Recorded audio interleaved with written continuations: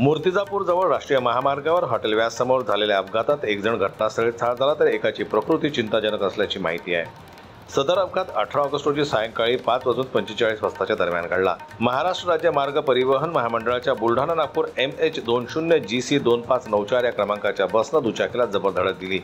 या धडकेत दुचाकी क्रमांक MH30AJ 8239 वरील 2 दुचाकीस्वारांपैकी एक जण जागीच ठार झाला तर एकाची प्रकृती चिंताजनक आहे। बुलढाण्यावरून नागपूरकडे जाणारे बस क्रमांक MH20GC 2594 मूर्तिजापूरच्या दिशेने जात असताना समोरून येणाऱ्या दुचाकीला जबर धडक दिली। ही धडक एवढी जबरदस्त होती की दुचाकीचा अक्षरशः चुराडा झाला। यात आयुष संतोष गाडगे याचा जागीच मृत्यू झाला तर प्रथमेश भुयार हा गंभीर जखमी झालाय। दोघेही कोळंबी येथील रहिवासी असून ते कावड यात्रा पाहण्यासाठी मूर्तिजापूर येथे गेले होते।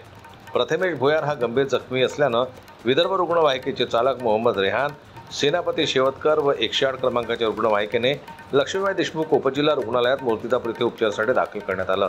दरम्यान त्यांची प्रकृती चिंताजनक असल्याने त्याला अकोला येथे हलवण्यात आलं। अपघातानंतर महामार्गावरील वाहतूक काही काळासाठी ठप्प झाली होती। शहर पोलिसांनी घटनास्थळी पोहोचून वाहतूक सुरळीत केली। जनमत लाईव्ह न्यूज करता संजय उमग यांची रिपोर्ट, अकोला।